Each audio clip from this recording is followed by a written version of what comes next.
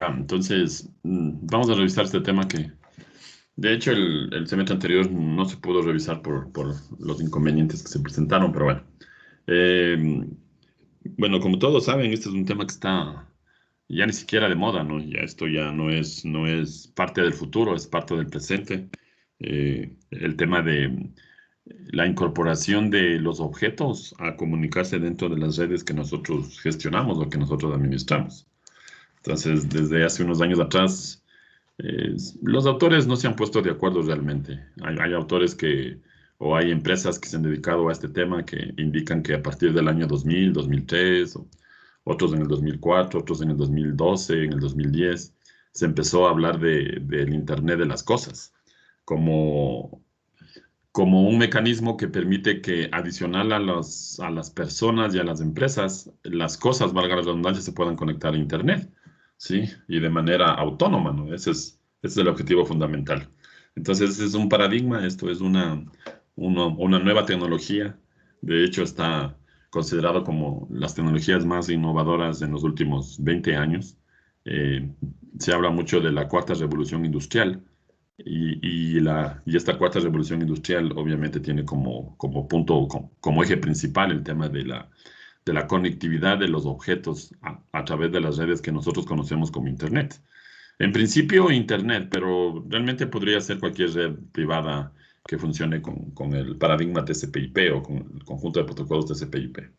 Entonces hay varios autores que se han dedicado a trabajar mucho en el tema. De hecho, hoy en día los principales fabricantes de equipamiento de networking como Huawei, como Cisco, como Juniper, como Nokia y otros más están trabajando en esta línea, ¿no? Están trabajando bastante en el tema de adoptar o de adaptar los equipamientos que normalmente se tenían para permitir enviar información o transmitir información de sistemas de Internet de las cosas. En el tema de aplicaciones, realmente hay una gama muy amplia de aplicaciones. Hoy en día hay muchos nuevos proyectos que nacen día a día y muchos proyectos que se están implementando en cada una de las localidades. Y de hecho hay muchos objetos que seguramente ustedes han escuchado hablar o conocen o inclusive han utilizado que ya son parte de este paradigma del Internet de las cosas. Entonces, inclusive en los últimos años ya hay autores que se han dedicado a desarrollar libros completos sobre este nuevo paradigma o esta capacidad de conexión. Lo importante es que toda esta información del que los objetos están intercambiando, o que los objetos con las personas, o que los objetos entre sí, o que las máquinas entre sí están intercambiando, se lo están intercambiando, valga la redundancia, a través de una red, a través de las redes que nosotros hemos venido configurando o hemos venido diseñando y hemos venido aprendiendo todos los protocolos que se utilizan. O sea que la parte más importante, la columna vertebral de la comunicación de cualquier tipo de aplicación y específicamente en este caso de las aplicaciones de Internet desde las cosas, obviamente utilizan las redes que nosotros conocemos, con todos los protocolos, o sea que para que la información pueda transportarse entre los diferentes objetos o diferentes máquinas, necesitamos que la red esté enrutando paquetes, a nivel de switching, necesitamos que la red esté conmutando paquetes. A la final, si uno de los objetos, entre comillas, objetos inteligentes, que es como se conocen, ¿no? Los smart objects que se utilizan en Internet de las cosas y que se vienen utilizando, a la final tienen un mecanismo de conexión a una red, desde el ámbito LAN a una red Ethernet, ¿no? Y de ahí para adelante, obviamente. Entonces, hay objetos que se conectan de manera a través de redes cableadas, hay objetos que se conectan a través de redes inalámbricas. Lo más común es que los objetos que se están conectando a las redes, obviamente se lo hagan a través de comunicación inalámbrica, ¿no? Y ahí vamos a ver que hay algunos protocolos que se están utilizando hoy en día. Una parte de esos protocolos de comunicación ya lo habíamos revisado cuando vimos el tema de la capa física y hablamos un poco de Bluetooth, hablamos un poco de Wi-Fi, hablamos un poco de Zigbee, hablamos un poco de Z-Wave, que son algunos de los protocolos, de las tecnologías de comunicación inalámbrica que se utilizan para el tema de Internet de las cosas. De hecho, este tema es solamente una introducción, porque ustedes en noveno semestre tienen una materia completita sobre donde profundizarán todavía mucho más el tema de Internet de las cosas, ¿no? Cuando se hizo el rediseño de la carrera, la comisión que estuvimos al frente de ese trabajo, investigando y conversando con gente de otros lados, nos recomendaron que ahora es importantísimo que ustedes, como parte de la formación de ingenieros en telecomunicaciones, sepan el tema de Internet de las cosas, ¿no? Y claro, esto es un eje transversal porque como están viendo en la gráfica, es aplicable a cualquier área, ¿no? De hecho, hoy en día ya hay muchas áreas eh, cotidianas, si lo queremos llamar así, que están haciendo uso de Internet para poder enviar información. Entonces, como les comento, esta es apenas una pequeña introducción, es un tema nada más dentro de la asignatura.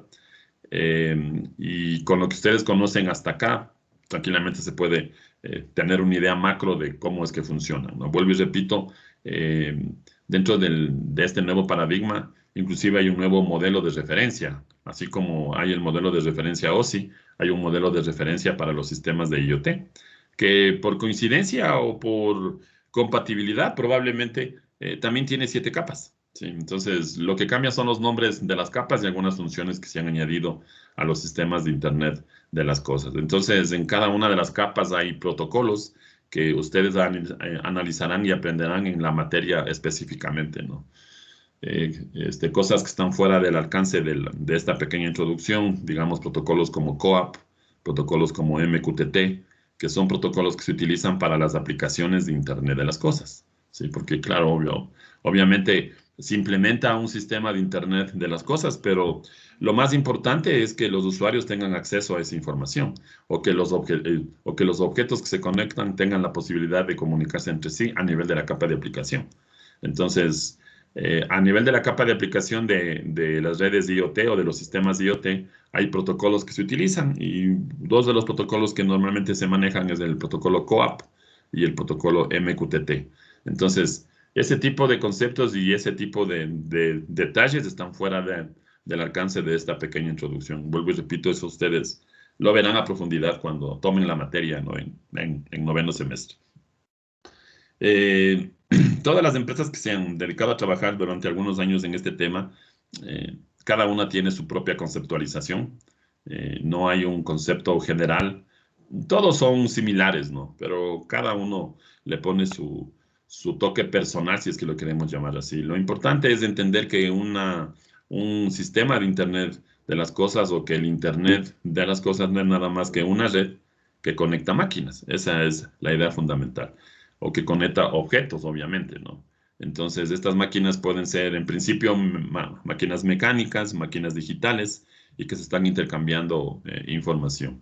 Y la parte más interesante es que estos objetos, estas máquinas que están intercambiando información, lo hacen sin necesidad de la presencia de un administrador o de un humano que esté controlando cómo se están intercambiando la información. Entonces, las personas que implementan este tipo de soluciones, la programación que lo hacen para que los objetos sean autónomos en ese sentido, ¿no? Y se estén intercambiando información. Esa es una característica muy interesante. Y obviamente que cada uno de los objetos debe tener una identificación. Dependiendo de la tecnología que se esté utilizando, va a variar esta identificación. Digamos, Zigbee tiene una forma de identificar los objetos dentro de un sistema IoT. LoRaWAN, que es otro protocolo, tiene otra forma de identificar los objetos dentro de el sistema de Internet de las cosas. Hay un paradigma interesante que se llama Six-Lupin. Ya vamos a revisar un poquito. Six-Lupin es la capacidad de que los objetos utilicen una dirección IP versión 6 para poder ser identificados. Entonces, y en el transcurso de las cosas que vienen más adelante, probablemente aparezcan nuevos protocolos, ¿no? Entonces, pero claro, como digo nuevamente, al tratarse de objetos que se conectan a Internet o que usan Internet para el intercambio de la información, necesitamos que esos objetos estén identificados. ¿Ya? Eh, ¿Cómo ha ido surgiendo la parte esta de Internet de las cosas? Como les comentaba cuando revisamos la capa de aplicación y habíamos conversado un poco sobre el protocolo HTTP, les comentaba que que el mundo web ha pasado por varias evoluciones, ¿no? La primera evolución o la primera versión del acceso web fue más o menos en los años 90, 92, 93, donde apareció el tema de www. Y a partir de de ese año empezó a utilizarse de manera exponencial la red conocida como Internet. Eh, la primera parte estaba más bien orientada al tema de las empresas, ¿no? Y ahí es cuando surgió o cuando hubo este punto de disrupción en el uso de las redes y en el uso del Internet, porque las empresas querían tener presencia dentro del Internet, se dieron cuenta que podían llegar a muchísimas personas más de lo que podían llegar a través de una campaña publicitaria común y corriente utilizando el Internet y utilizando algo que todos conocemos que son los sitios web. En los sitios web de las empresas se pone información, se pueden generar campañas publicitarias, se pueden poner anuncios y hay muchas más personas que pueden visualizar esa información. Entonces, en la primera versión o en la primera etapa del Internet como tal, las empresas querían tener presencia. Entonces, más o menos, bueno, esa información que les he puesto ahí es de una conferencia de Cisco que se dio hace 2 años atrás. Entonces, ellos en las estadísticas, en los estudios que han hecho, mencionan que entre el año 2000 y 2007 es donde realmente esta parte empezó a utilizarse de manera muy exponencial. Las principales aplicaciones, como se dan cuenta, el tema de correo electrónico, el tema de las búsquedas y el tema del acceso a web por parte de las empresas, ¿ya? A partir de eso, desde el año 2007 ya cambió un poco porque ya la presencia de dispositivos móviles empezó a ser muy utilizada. Entonces, ya los usuarios tenían la posibilidad de conectarse a Internet a través de dispositivos móviles. Y ahí surgió una siguiente versión, que es el tema del Internet de las personas con la utilización de las redes sociales, ¿sí? Entonces, a partir del 2007 empezó el uso explosivo, expansivo del tema de las redes sociales, ¿no? A partir de ese punto ya no solamente las empresas tenían presencia en Internet, sino también tenían las personas, ¿ya? Y como les decía, no se han puesto de acuerdo los fabricantes o la industria en cuál fue el año a partir del que comenzó realmente a que los objetos se conecten a Internet. Según Cisco, en el 2013. Y de hecho ellos han puesto un periodo de tiempo, ¿no? Entre el 2013 y 2029 eh, tendrá efecto todo el tema este del Internet de las cosas. Los objetos van a estar conectados sin la necesidad vuelvo y repito, el control de un ser humano, ¿no? Se van a conectar personas, se van a conectar procesos, que es lo importante, se van a conectar datos, se van a conectar cosas durante todo este tiempo. Y según esta estadística, a partir del año 2029, ya no vamos a tener una clara diferencia o no va a ser muy simple darnos cuenta qué cosas están conectadas y qué cosas no están conectadas, porque la idea es tener prácticamente todo conectado. De hecho, ya no se habla solamente del Internet de las cosas, sino se habla del Internet de todo. Entonces, el objetivo es, obviamente, llegar a ese punto, ¿no? Los países o zonas como las nuestras le tomarán mucho tiempo, ¿no? O mucho más tiempo llegar a estos, a estas nuevas paradigmas digitales, pero se está trabajando en ello, ¿no? En nuestro país hay ciertas implementaciones, se están haciendo de manera un poco aisladas. Se habla mucho en otros países del tema de las ciudades inteligentes, las smart cities, que la idea es básicamente eso, ¿no? Es tener un sistema de Internet de las cosas funcionando en toda la ciudad, controlado absolutamente todos los parámetros dentro de la ciudad, que ya vamos a comenzar un poquito más adelante también sobre esa partecita, que es una de las aplicaciones que más se lo están realizando. Ahora, ¿cuántas cosas realmente están conectadas o el número de cosas que se están conectando o el número de los objetos que se están conectando realmente es bastante amplio? Eh, la presentación que ustedes están viendo es una estadística que presentó Cisco hace 7 años atrás, en el que hizo una proyección de la cantidad de objetos que se iban a conectar. De hecho, la estadística habló como año final o como punto final del año pasado, del 2020, ¿no? Hasta el 2020, la proyección que tenía la gente de Cisco Y la gente de algunas otras empresas, porque otras empresas también han hecho estos estudios, Gartner también ha hecho el estudio, IBM también ha hecho el estudio y otras empresas más. Entonces, la proyección indicaba que para el año 2020 se iban a tener 50 billones de objetos inteligentes conectados al Internet, conectados a la red. ¿Ya? Eh, bueno, y en la línea azul que está en la parte inferior tenemos la población mundial. En el año 2010 fue el punto de, bueno, 2008, 2009 más o menos fue el punto de inflexión en el que los objetos o habían más cosas conectadas a Internet que personas, ¿ya? Y de ahí, obviamente, la línea ha ido creciendo de manera exponencial. Vean, para el año anterior, la proyección de personas en el mundo eran de 7.6 billones y de objetos 50 billones. Entonces, y de hecho, eso probablemente en los siguientes años va a ir creciendo mucho más. Como les vuelvo y les repito, la idea es llegar al Internet del todo, ¿no? Eh, esa gráfica me pareció muy interesante, es el top 10 de las aplicaciones o de las áreas de aplicaciones de Internet de las cosas del año anterior. Ahí está la referencia de donde se obtuvo esta gráfica que me pareció muy interesante. Hay una empresa que hace analíticas de IoT.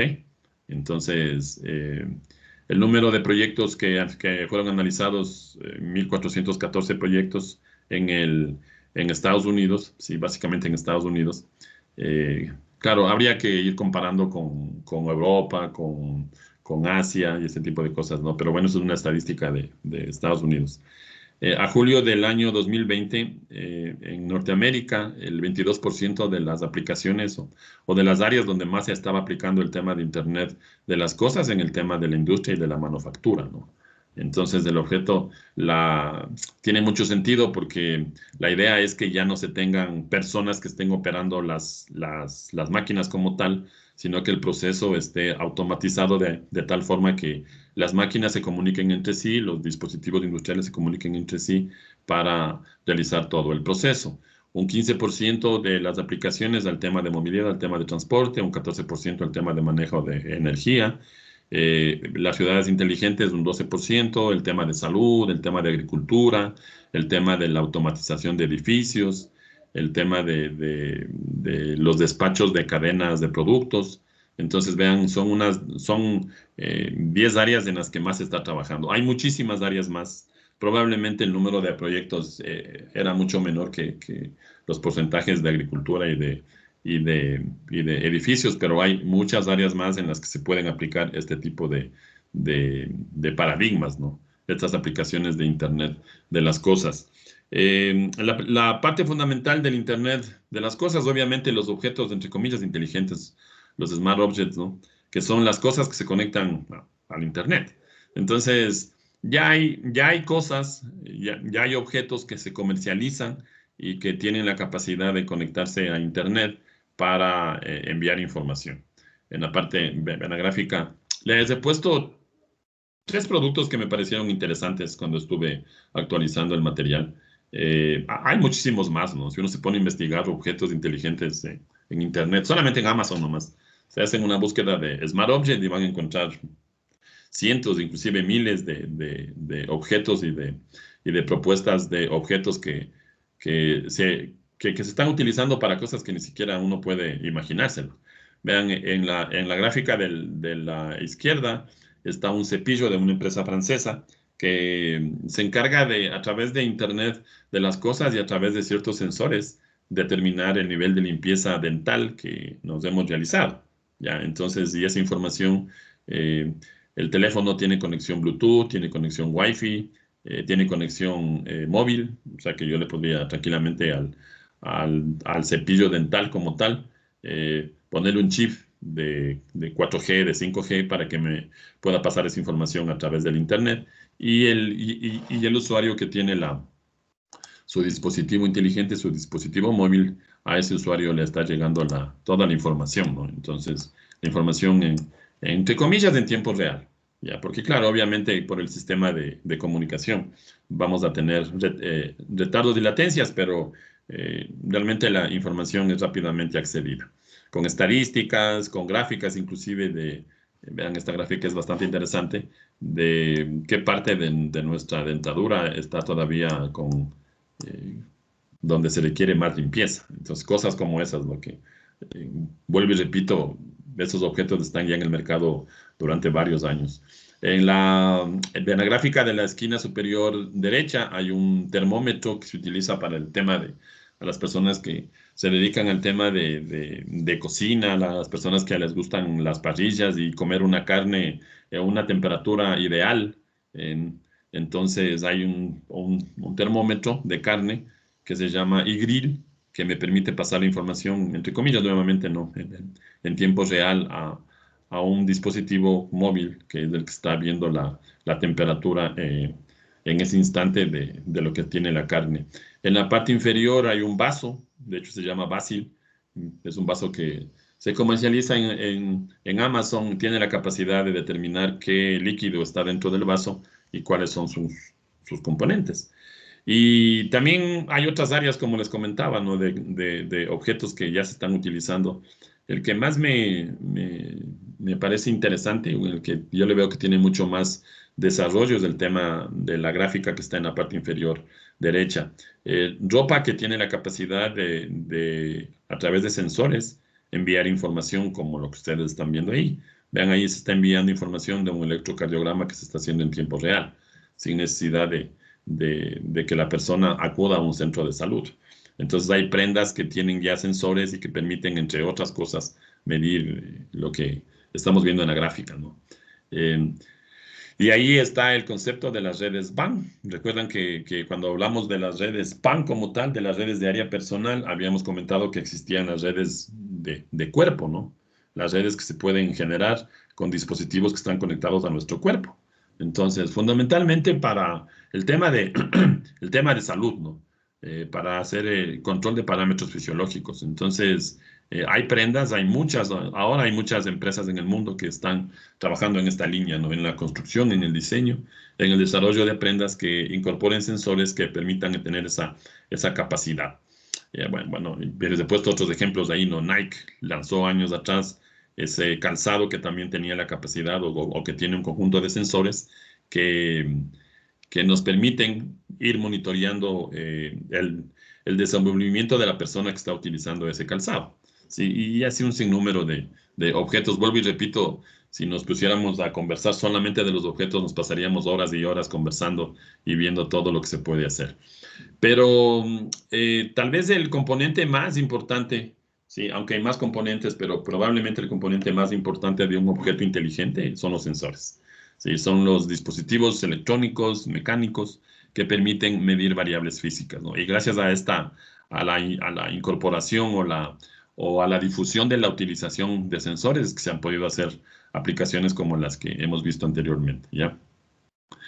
Años atrás era un poco más complicado porque primero no había una variedad muy extensa y además era muy costoso. O sea, imagínense en 20 años atrás tener un sensor o 15 años atrás tener un sensor de temperatura básico era bastante más costoso que lo que es hoy día, ¿no? Hoy día realmente, primero, el tamaño de los sensores han disminuido y los costos también han disminuido. Y eso ha permitido que, bueno, y también obviamente gracias a la microelectrónica, ¿no? Eso también ha permitido que prácticamente hoy en día existan sensores para casi cualquier variable física que yo necesite medir. Desde cosas normales, si es que lo queremos llamar así, o cotidianas, como temperatura, humedad, presión, radiación, presencia, pH, altitud, campo magnético, flujo de aire, la posición, el color, etcétera, etcétera, etcétera. Entonces hay un sinnúmero de variables físicas y de sensores que permiten hacer la medición. ¿Ya? Entonces, esto es una parte importantísima. Como les digo, los sensores cada vez han ido siendo más pequeños, tomando formas que uno podría pensar que al principio no lo iban a hacer así. Entonces, y además, muchos de los sensores están incorporados o una gama de sensores están incorporados en los dispositivos que nosotros utilizamos, en nuestros teléfonos celulares, en nuestras tablets, en nuestros dispositivos de conexión hacia Internet. Ya hay un conjunto de sensores que podrían ser utilizados para alguna aplicación específica, ¿no? Entonces ahí les he puesto información que me pareció interesante. No, la verdad que no encontré información de otra marca. Es por eso que les puse los celulares Samsung. Ellos son los que, de la investigación que estuve haciendo, presentaron esa información. Estuve buscando en las otras marcas de teléfonos celulares, pero la verdad que no encontré. Probablemente deben haber por ahí algún reporte, ¿no? Pero lo importante es que hay un conjunto de sensores que ya vienen incorporados dentro de los dispositivos móviles que nosotros utilizamos cotidianamente, diariamente. El Galaxy S5 tiene 16 sensores, ¿ve? Que fue lanzado en el 2014, ¿no? Entonces, las últimas versiones de nuestros dispositivos móviles obviamente tendrán muchos más sensores que podrían ser utilizados para ciertas aplicaciones, ¿ya? Eh, Ahí está la arquitectura general de lo que se conoce como un objeto inteligente. Recuerden que estos objetos inteligentes son los objetos que al final componen los sistemas de Internet de las cosas. Entonces, la parte fundamental, ya dijimos, ¿no? Un sensor que estará midiendo una variable física específica. Y obviamente nuestro sistema de comunicación, ¿ya? Claro, porque si es que mi sensor toma los valores y no hay forma de enviar esta información, obviamente que no hemos ganado nada, ¿ya? Entonces, a mi juicio, esas son dos de las partes importantes que tiene un objeto inteligente, los sensores que están midiendo las variables y mi sistema de comunicación, ¿sí? Esa capacidad de enviar esa información. Se lo puede hacer, hay objetos que tienen puertos Ethernet, o sea que yo puedo poner ahí un cable, ¿sí? O la mayoría de los objetos, o lo más común en los objetos inteligentes que se conectan a los sistemas de Internet de las cosas, es utilizar comunicación inalámbrica, ¿ya? Pero al final, ¿no? Un sistema de comunicación, un dispositivo de comunicación. Obviamente, componentes muy, muy básicos y muy obvios como una fuente de poder, una batería, una pila, un sistema de alimentación de energía y también una unidad de procesamiento, ¿no? Sí, una unidad de procesamiento, y de hecho, la característica es que son unidades de procesamiento de bajo costo, ¿ya? Y opcionalmente, los objetos inteligentes podrían tener un actuador.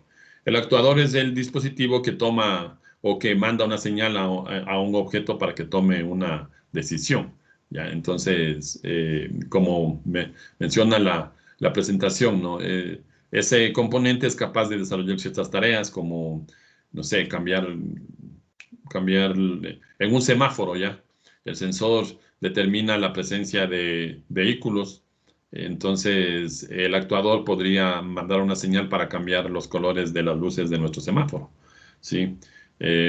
Rotar un espejo, prender una bomba, prender un motor, prender un sistema de enfriamiento o prender un sistema de calefacción, etcétera, etcétera, etcétera.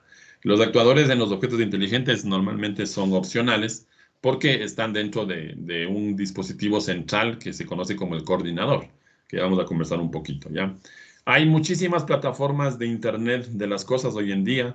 Les he puesto algunas de las que se están utilizando, ¿sí? De las que más se utilizan y de las que son mucho más convenientes, mucho más baratas, ¿no? Hay tarjetas especializadas. Vean, Intel sacó una tarjeta de tamaño reducido que tienen una gran capacidad de procesamiento. Se llama Intel Edison. Una versión anterior a esta tarjeta era la Intel Galileo, pero la Intel Galileo tenía funciones o más bien capacidades de procesamiento limitadas, ¿no? Este es un módulo muy interesante que probablemente deben haber escuchado hablar, es el módulo ESP286, que se está utilizando para muchos proyectos, para muchos prototipos dentro de este sistema de Internet de las cosas, ¿ya? Acá en la parte inferior está la Raspberry, ¿sí? Una Raspberry. Eh, por acá está de las primeras tarjetas de desarrollo que se venían utilizando, los Arduinos. De hecho, esta versión del Arduino, esta versión que está acá arriba, esta es una versión de Arduino específicamente desarrollado para sistemas de Internet de las cosas, ¿no?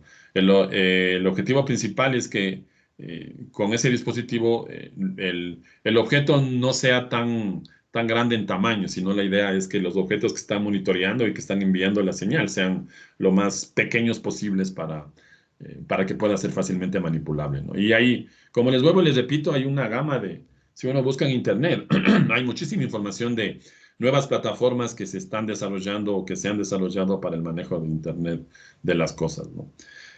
De alguna manera, estas son plataformas generales que nos permiten hacer ciertos prototipos de Internet de las cosas. Pero también hay plataformas comerciales, ¿ya? Entonces, les he puesto una de las marcas que a mi juicio son las marcas de equipamiento de Internet de las cosas, que son líderes, ¿no? O que son de las primeras empresas o de los primeros fabricantes que comenzaron a desarrollar equipamiento para sistemas de Internet de las cosas. Se trata de una empresa española que se llama Livelium. De hecho, en la facultad se compró años atrás un conjunto de kits para implementación de sistemas de Internet de las cosas y para, obviamente, el entrenamiento desde la parte académica, ¿ya?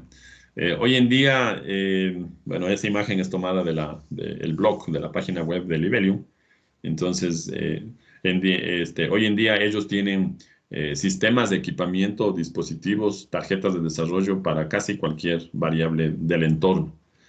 Calidad de agua, calidad del aire, detección de incendios, detección de vehículos sobre las carreteras, el parking automático, el tema de salud y así un sinnúmero de cosas, ¿no? El tema el control de luces dentro de las ciudades. Entonces, realmente hay una gama muy, muy, muy amplia de cosas que se pueden hacer o de proyectos que se pueden ir realizando, ¿no? A través de los objetos o a través de los objetos inteligentes que se implementan con Internet de las cosas. Esos son los equipos ya de la empresa Livelium como tal. Hay más empresas, hoy en día ya hay más empresas. De hecho, Cisco ya tiene una línea de equipos para Internet de las cosas.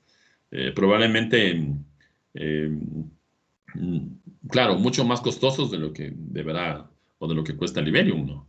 Pero como les decía, Livelium es una de las primeras empresas que empezaron a trabajar en el desarrollo tanto del hardware como del software que nos permita implementar sistemas de Internet de las cosas. Y hay dos maneras en las que Livelium trabaja. La primera son estas tarjetas de desarrollo. En la facultad hay de estas tarjetas. Me parece que habían 10 tarjetas que se pueden utilizar para el desarrollo de aplicaciones de Internet de las cosas, ¿no? Y que tienen sus sistemas de comunicación inalámbrico. Y de hecho también tienen unos puertos de conexión a la red Ethernet común y corriente. Y la programación de esas tarjetas es la programación bastante similar. Los que han tenido ya experiencia programando Arduinos, entonces son tarjetas que tienen una programación muy similar a cómo lo maneja Arduino, ¿ya? Estas tarjetas, así como las otras tarjetas que habíamos visto acá, son tarjetas para hacer prototipos, ¿no?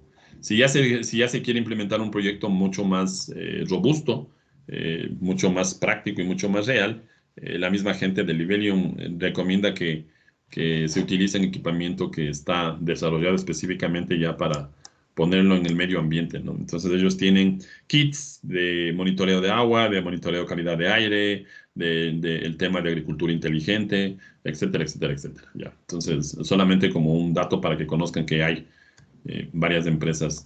De hecho, vuelvo y repito, una de las pioneras, Livelium. Como les decía, cuando empezó todo el tema cada uno de los fabricantes, cada uno de los desarrolladores, de las empresas empezaron a crear un caos realmente, como el caos que se creó cuando empezó el tema de las redes antes del modelo OSI.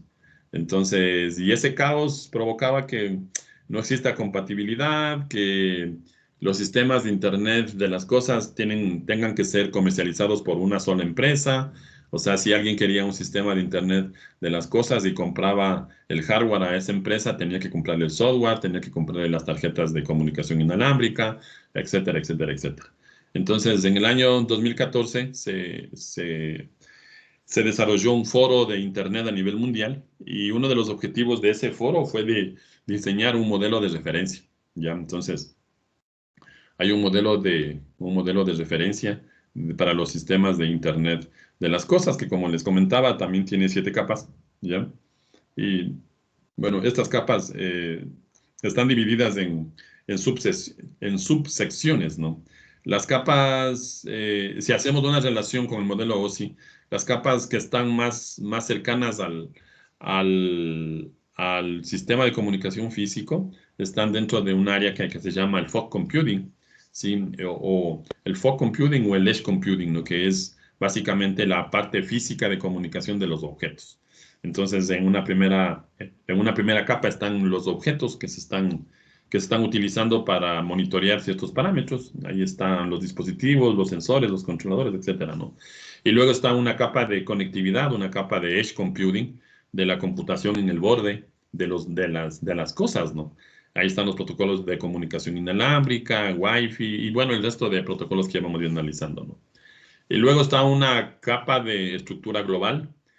Toda la información que se generan por los sistemas de Internet de las cosas o que generan las cosas que están monitoreando normalmente se almacenan dentro de una base de datos. Y dentro de esa base de datos, luego las demás capas accederán a esa información para hacer análisis de datos, para hacer agregación de datos y al final para obviamente tener una presentación gráfica de toda esa información, ¿ya? Inicialmente lo que se hacía era tener una base de datos local, pero con el aparecimiento del cloud computing, lo que hacen ahora los sistemas o la recomendación de los fabricantes es que la información se almacene en la nube, ¿no? A través de los servicios que hay dentro de la nube. De hecho, hay empresas que se han empezado a especializar en almacenamiento de datos de sistemas de Internet de las cosas, ¿ya? Y luego es un área que se llama Big Data, que seguramente deben haber escuchado hablar en algún momento, deben haber visto el término en algún lado. El Big Data es eso, ¿no? La gran cantidad de información que se está generando. Imagínense, los sensores están monitoreando dependiendo del tiempo de refresco o del tiempo de monitoreo. Entonces, imagínense cientos y hasta miles de sensores monitoreando cada segundo la información. Eh, Imaginémonos la cantidad de datos que se genera en 24 horas. Porque claro, estos sistemas están trabajando 24/7, ¿no? Permanentemente. La idea es esa, ¿no? Que se esté censando todo el tiempo, que no haya tiempos en los que el objeto no esté censando. El periodo de censado va a depender mucho de la variable, ¿no? La temperatura, obviamente que no se puede censar cada segundo porque la temperatura no varía cada segundo. Entonces eso va a depender de manera muy específica de la variable que se esté censando. Pero a la final se va a generar una cantidad muy grande de datos, ¿no? Entonces, en la capa Big Data del modelo de referencia de IoT, hay la primera parte que es el almacenamiento como tal, llamado la capa de ingestión de datos, ¿sí? Ahí es donde se hace el almacenamiento, y como dicen, el almacenamiento de los datos en bruto, si lo queremos llamar así, ¿ya?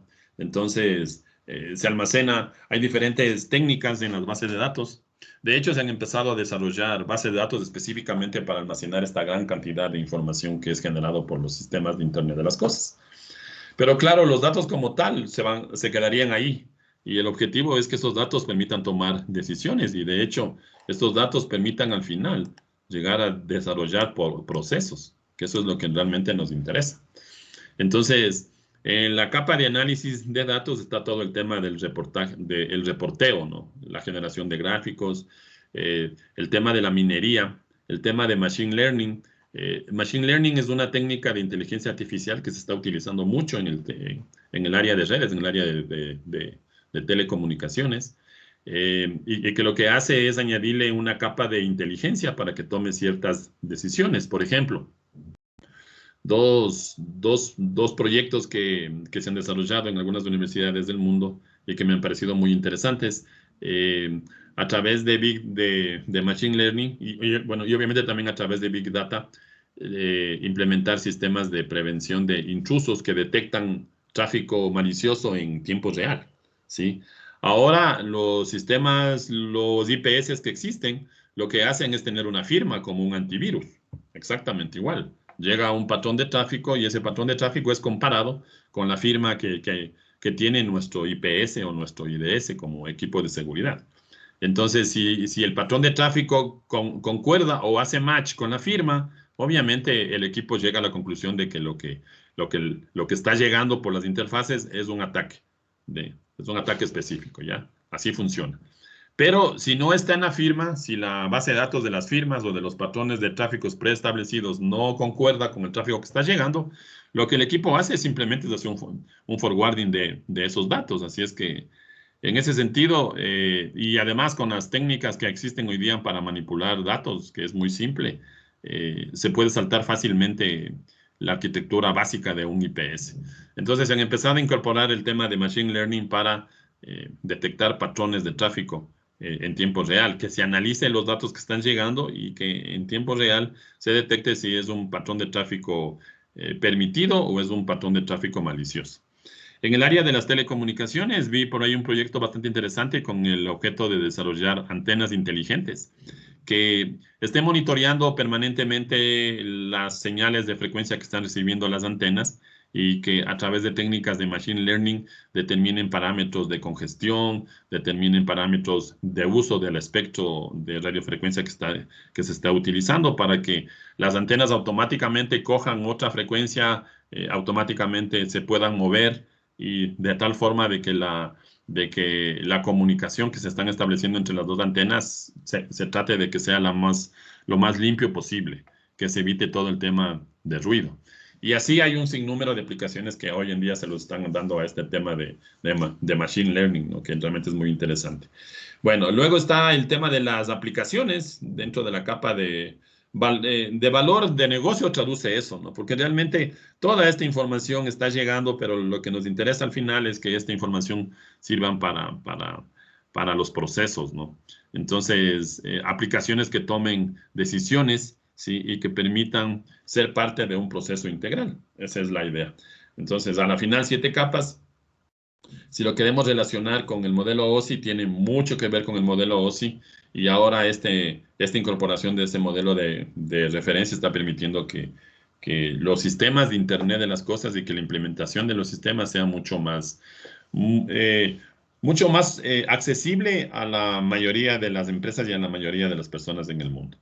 Ya, formalmente este conjunto de objetos, de sensores y actuadores, aunque recuerden que los actuadores pueden ser opcionales o son opcionales, pero a este conjunto de sensores y actuadores que se conectan en red se conocen como SANETs, redes de sensores y actuadores, ¿no? Un ejemplo clásico es el tema de los smart home, la automatización de las cosas dentro de la casa, ¿no? La apertura de puertas, la apertura de ventanas, el control de temperatura, el sistema de videovigilancia, este, la detección de fugas de agua, ¿sí? La detección de la calidad de aire, y etcétera, etcétera, etcétera. Todo eso se puede hacer hoy en día en nuestras casas.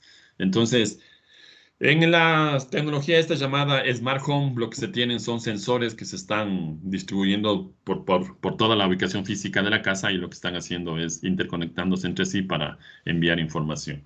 Estas redes SANETs son simplemente conocidas como WCNs. Esas son lo que nosotros inicialmente las llamábamos como WCN, ¿no? Un conjunto de sensores que están interconectados. Ahora, para implementar estas WCN hay un conjunto de protocolos, ¿sí? Les decía, ciertos objetos se pueden conectar con redes cableadas, pero lo común o lo normal es conectarlo a través de tecnología de comunicación inalámbrica. Y ahí tenemos diferentes versiones, ¿sí? Diferentes tecnologías. De hecho, ustedes en la materia de comunicaciones inalámbrica van a extender los conceptos de cada una de estas tecnologías. Aquí simplemente les quiero nombrar de las tecnologías que hay, de las tecnologías que se están utilizando para el tema de las implementaciones de sistemas de Internet de las cosas o de redes de sensores inalámbricos, como lo quieran ver. A la final, una red de sensores inalámbrico implementa un sistema de Internet de las cosas, ¿ya? Inicialmente, de las tecnologías primeras, de las primeras tecnologías que se hacían uso era Zigbee, que estaba en el estándar 802.15.4, ¿ya? O que está en el estándar ese. Pero ahora hay una nueva versión, ¿no? La versión G, que es una versión mucho más actualizada, tomando en cuenta como un sistema de mediano rango de cobertura, ¿ya? Y también Wi-Fi, ¿no? De hecho, vean, ahí está Wi-Fi 6, que es la última actualización de las redes inalámbricas como tal, de las comunicaciones inalámbricas Wi-Fi. El último estándar que se ha aprobado y que está ya siendo comercializado con los equipos es 802.1ax, que nominalmente tiene una tasa de transmisión de 10 gigabits. O sea que ya uno de los problemas que se tenían antes con el tema de las comunicaciones inalámbricas, que era la tasa de transmisión. Entonces ya se está resolviendo, ¿no? Ya tenemos, vean, comunicación inalámbrica trabajando a 10 gigabits. Nominalmente, ¿no? Recuerden que una cosa es el data rate nominal y otra cosa es el throughput, ¿no? O sea, lo que a nosotros nos interesa realmente es el throughput. Y hay mecanismos de comunicación, como, protocolos, tecnologías de comunicación de largo alcance. Entonces ahí tenemos el tema del LoRaWAN. LoRaWAN es una tecnología desarrollada específicamente para el tema de IoT, así como una nueva tecnología que ya vamos a hablar que se llama NB-IoT. Y también está el tema de la comunicación móvil, ¿no? Entonces cualquiera de esos sistemas de comunicación inalámbrica se pueden utilizar para comunicar objetos a larga distancia, ¿ya? Eh, Ahí están las bandas de frecuencias en las que trabaja Zigbee en el estándar 802.15.4G, que es la última actualización. Lo que se ha mejorado es obviamente la tasa de transmisión y las frecuencias en las que se trabajan, ¿no? Pero recuerden que para los sistemas de Internet de las cosas, no hace falta tener una alta tasa de transmisión, porque la cantidad de bits que se están transmitiendo va a depender mucho, primero, de los sensores. Y por más que haya una alta cantidad de sensores, al final probablemente no se llegue a utilizar ni el 50% de la capacidad de cada una de las tecnologías. Hay varias tecnologías. Si se recuerdan de las primeras clases, Zigbee tenía, bueno, 802.15.4 tenía una tasa de transmisión de 250 kilobits en nuestra zona.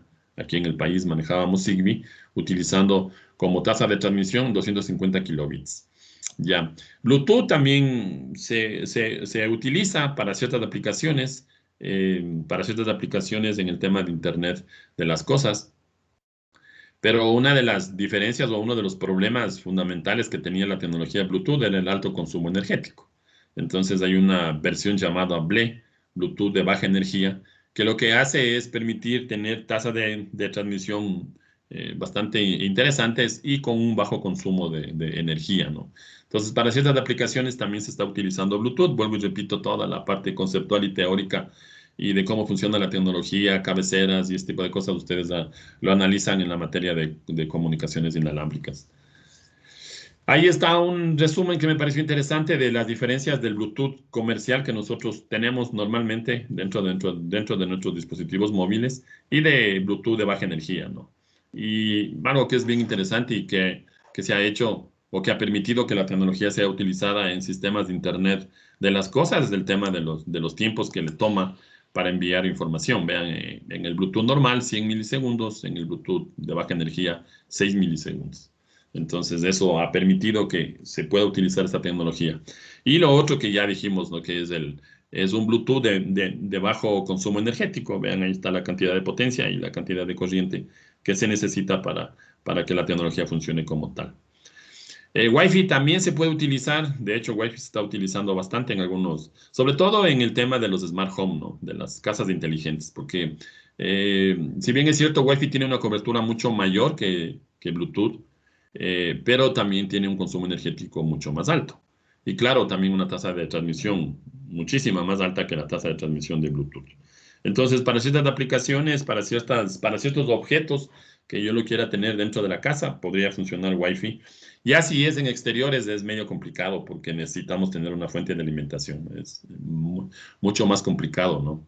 Entonces, y como les decía, Wi-Fi 6 está ingresando con mucha fuerza y va a permitir extender todavía el uso de este tipo de sistemas, ¿no? Y luego hay una tecnología ya de largo alcance. De hecho, vean, la traducción es una red WAN de baja potencia. Entonces, LoRaWAN, o también algunos textos van a encontrarle como LPWAN, es un protocolo que se desarrolló para interconectar objetos o dispositivos de bajo consumo energético hacia Internet. Entonces, nuestras redes de sensores inalámbricos del sistema de comunicación ahora a través de LoRa puedo alcanzar grandes distancias, a tal punto que puedo implementar redes WAN como tal. Entonces, imagínense en eso, ¿no? Los dispositivos fundamentales de LoRaWAN, los dispositivos finales y los gateways y toda la información, obviamente, ya después, como se conectan a una red TCP/IP, inclusive la información está enviándose de manera segura, ¿ya? Entonces, normalmente se utiliza SSL para la comunicación, ¿ya? ¿Qué más hay por acá? Ya, y esta es una de las últimas tecnologías que se han comenzado a desarrollar y a utilizar ya. De hecho, ya hay equipos comerciales que ya implementan esta tecnología, ¿no? NB, IoT, Narrowband IoT, es una tecnología diseñada para sistemas de Internet de las cosas que se vale de la comunicación móvil 4G, ¿ya? Y obviamente también más en lo posterior de las redes 5G, ¿ya? Entonces, la característica fundamental, el problema fundamental que ha venido existiendo desde el principio con el tema este de Internet o de los sistemas de Internet de las cosas es cómo tener sistemas de comunicación de un bajo consumo energético. Entonces, en esta tecnología NB-IoT, la teoría dice que los sistemas de energía, las baterías que utilizan nuestros sistemas, claro, porque imagínense en este sensor, que es un sensor de monitoreo de agua. Por ejemplo, se podría estar monitoreando la calidad de agua de un río de manera específica, ¿no? Porque recuerden que, al menos en nuestro medio, nuestros agricultores utilizan el agua de los ríos para el riego de sus cultivos. Entonces, no hay un sistema integral de monitoreo para que el agricultor sepa qué agua le está poniendo a los cultivos que después son comercializados y después son consumidos por la población. Entonces, estos sistemas son de manera específica esa caja que está ahí, este kit, es un kit que me permite hacer monitoreo de calidad de agua, ¿no? También es de la empresa Libelium, les comentaba que es una de las pioneras. Ellos ya tienen equipamiento que permiten la comunicación a través de esta nueva tecnología NB-IoT o también se conoce como LTM, ¿no? Entonces, la utilización de la red móvil para la interconexión de la información. Claro, imagínense, si hablamos de un sistema de monitoreo de calidad de agua en un río, ¿cómo le alimentamos con una fuente normal? Prácticamente sería imposible. Entonces, esta tecnología utiliza, o la tecnología permite hacer la comunicación y la teoría dice que las baterías podrían funcionar más de 10 años. Dice la teoría, tocaría ya implementarlos y probar, ya. Entonces, ahí está un pequeño resumen de los protocolos de comunicación inalámbrica que se utilizan en los sistemas de Internet de las cosas, ¿no? Desde los comunes, desde los primeros que se venían utilizando, Zigbee, Bluetooth, Z-Wave, hasta los actuales, ¿no? LoRaWAN, NB, IoT, que son los que estamos utilizando o que se están empezando a utilizar para el desarrollo de estos sistemas, ¿ya?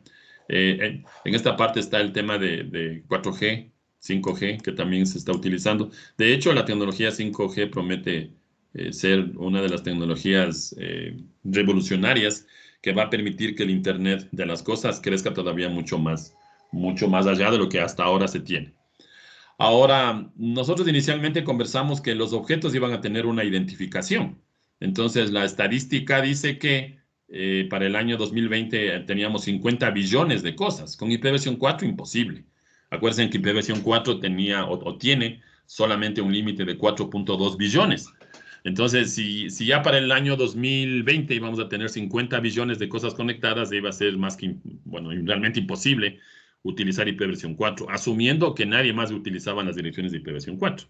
Entonces, es por eso que IPv6 se ha convertido en uno de los pilares fundamentales para el desarrollo de este tipo de tecnologías. Como ustedes saben, ahí tenemos una cantidad de direcciones mucho más grande, muchísimo más grande que las direcciones con IPv4, ¿ya? Y hay una tecnología que les comentaba que se llama 6LoWPAN, que la idea es que que los objetos estén conectados directamente hacia la red Internet. Normalmente, déjenme regresar acá a esta de aquí, sí, a esta de aquí que me sirve. Esta sí me sirve tranquilamente.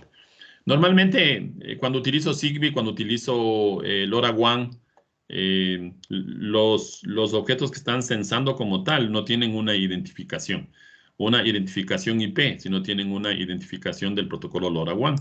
Este dispositivo o estos dispositivos están pasando la información, estos sensores a la final están pasando la información a los gateways, ¿no?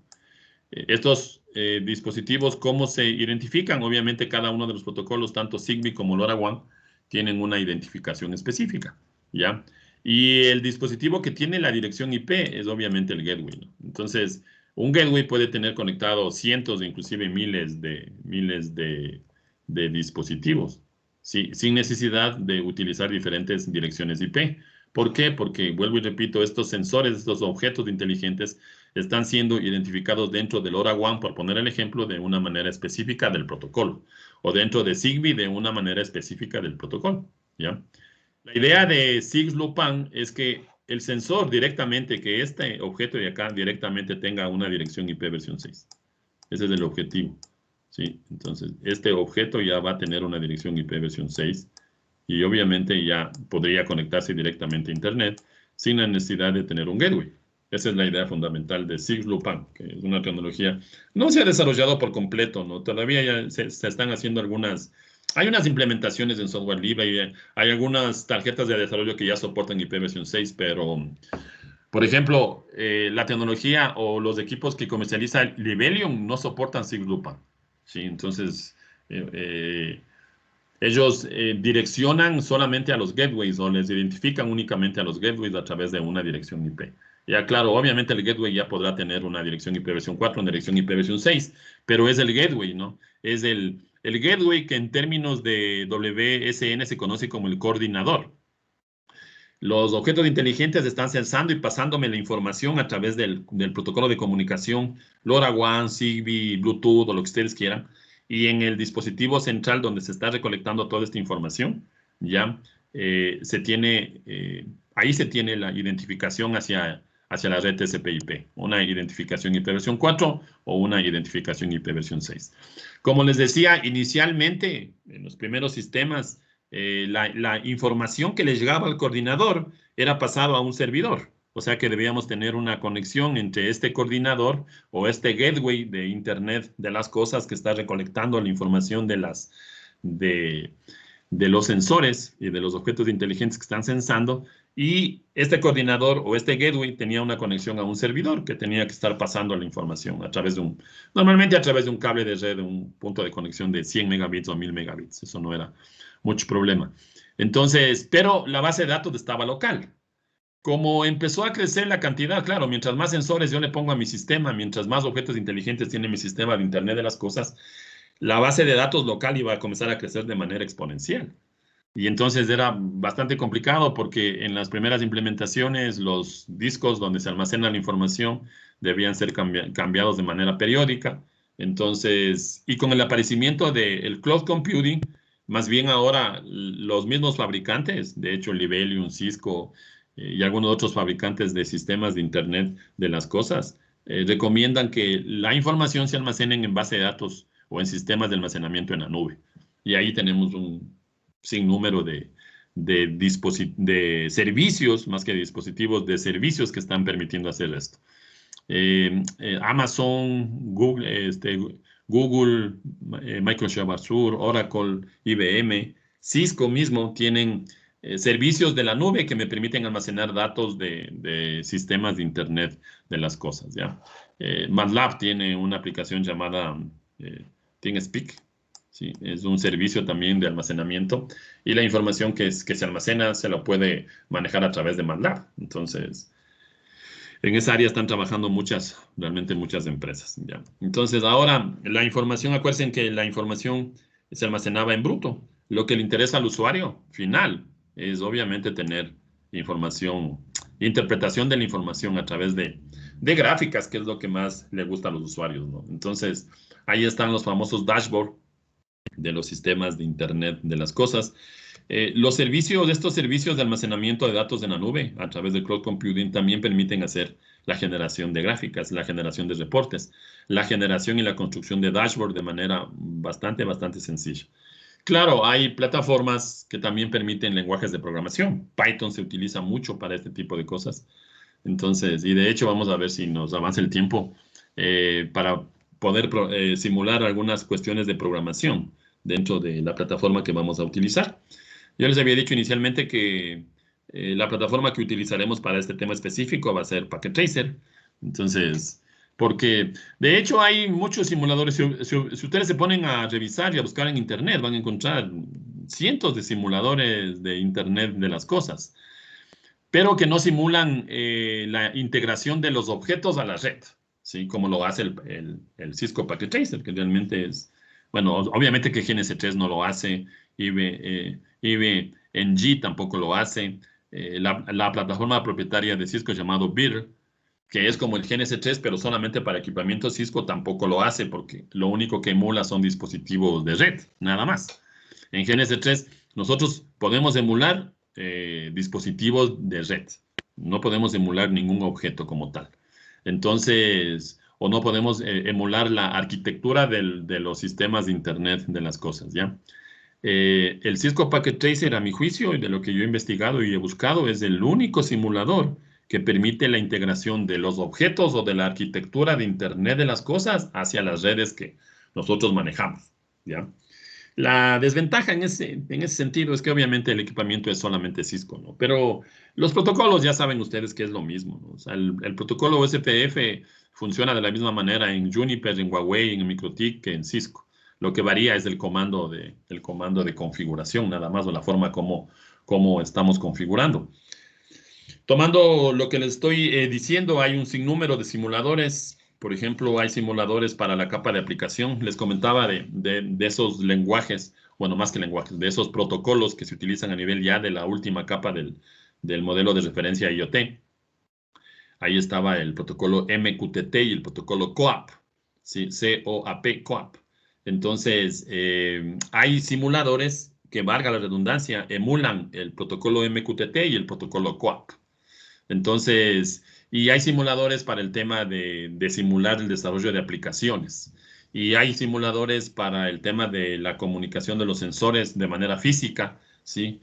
Con el sistema de comunicación con Zigbee o con LoRaWAN, ¿ya? Pero de la integración de objetos con las redes, al nivel que nosotros manejamos, capa 2 hasta la capa de transporte, no hay ninguno, o al menos de lo que he revisado, he pasado investigando algún tiempo, y la verdad que no he encontrado, ¿sí? Entonces, es por eso que vamos a utilizar Packet Tracer, porque realmente es el único que hasta ahora nos permite hacer lo que vamos a hacer con Internet de las cosas. Vuelvo y repito, integrar el control de los objetos o la gestión de objetos o el control de los objetos inteligentes a través de nuestras redes que ya conocemos, ¿no? Eh, y ahí está el desarrollo del Internet de las cosas. Inicialmente empezamos como con IoT, ciertas cosas se comunican, y luego este nuevo paradigma pasó al ámbito industrial. Ahí se habla del Internet de las cosas industriales. Y luego también tenemos el tema del Internet del todo, ¿no? Que esa es la idea, llegar a un punto en el que prácticamente todo esté interconectado. Recuerden tomar en cuenta esto es fundamental, obviamente. Sí, cualquier aplicación que lo estemos haciendo a través de una red. Y de manera especial, las aplicaciones ahora que de nuestros sistemas de Internet de las cosas, obviamente necesitan tener seguridad. Y hay algunas variables, algunos parámetros que todos los autores concuerdan. Deberíamos tener sistemas de autenticación, deberíamos tener sistemas de encriptación y deberíamos tener sistemas de control de acceso para que no cualquiera tenga acceso a la información que están transmitiendo los objetos inteligentes, ¿ya? En el tema de la autenticación, para ir terminando esta parte teórica y comenzar a trabajar ya con la parte básica de IoT. Entonces, como les decía, normalmente nos conectamos a través de equipamiento inalámbrico. Y lo que se hace es tener nuestro equipo inalámbrico al que se conectan cada uno de los objetos. Pero mi sistema de seguridad inalámbrico es el básico, ¿no? WPA2. Entonces, en este tema de los mecanismos de seguridad inalámbrica WPA2, la contraseña está dentro del equipo. Y todos los objetos y todos los dispositivos que se conecten de manera inalámbrica a este access point o a este router inalámbrico, como lo quieran llamar, utilizan la misma contraseña. Entonces, cuando ya hablamos de sistemas de Internet de las cosas y de objetos que se están conectando a una red, ¿sí? Entonces, porque recuerden que dentro de la casa, ¿no? Si es que hacemos una automatización, si hacemos domótica o lo que se conoce como Smart Home, no es que yo voy a crear una red inalámbrica para los dispositivos de las personas que viven en la casa y otra red inalámbrica para los objetos, sino lo que se crea es obviamente un sistema único de comunicación. Y entonces la idea es que cualquier objeto o cualquier dispositivo que se conecte a la red inalámbrica se pueda autenticar. Y hay básicamente dos protocolos que se usan para la autenticación, Radius y TACACS. Radius desde el estándar y TACACS desde el protocolo propietario de Cisco. ¿Ya? Si yo quiero mejorar el tema de la seguridad, recuerden que la encriptación es una técnica realmente muy útil, ¿no? Cuando la comunicación, se me ocurre a mí que cuando la comunicación vaya desde los objetos hacia el equipo de control, se lo haga a través de una VPN, ¿no? De una red privada encriptada, que toda la información vaya encriptada. Ahí vamos a utilizar, o se puede utilizar IPsec, o se puede utilizar SSL. De hecho, lo que realmente se utiliza ya en las tarjetas reales, en los equipos reales, es SSL, ¿no? SSL tiene una carga de procesamiento mucho menor.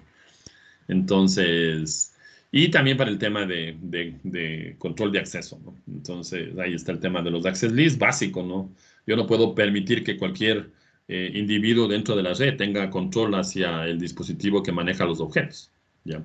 Entonces, el tema de access lists, el tema de VLANs, el tema de seguridad de puertos, y así hay un sinnúmero de técnicas y protocolos que deberían ser consideradas al momento de la implementación de los sistemas, ¿no? Entonces, bueno, ahí les puse una pequeña presentación de algunos objetos que son manejados dentro del Packet Tracer, vuelvo y repito. A este nivel que vamos a ver, no he encontrado ningún simulador. Ya. Entonces, bueno, les puse ahí una pequeña imagen de un pequeño laboratorio que estábamos desarrollando años atrás. ¿Ya? Listo, preguntas. ¿Alguna pregunta hasta ahí?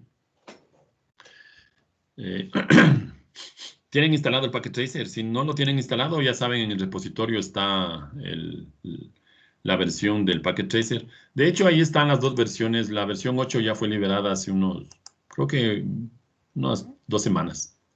Esta versión es la 7.3.1. La verdad que la 8 todavía no la he probado, pero de lo que estuve revisando, no hay muchos cambios. Realmente no hay ningún cambio en el tema de Internet de las cosas, ¿no? Entonces, ¿qué es lo que nos interesa? Donde se ha hecho cambios es en el tema de un paradigma llamado SDN, que ya hemos de conversar, las redes definidas por software, ¿ya? Para que no quede en el aire el tema de SDN, hasta el día de hoy, este router o este switch que está por acá, tienen internamente el plano de control, que es el mecanismo que me permite darle inteligencia al equipo, ¿no? El plano de control y el plano de datos, ¿ya?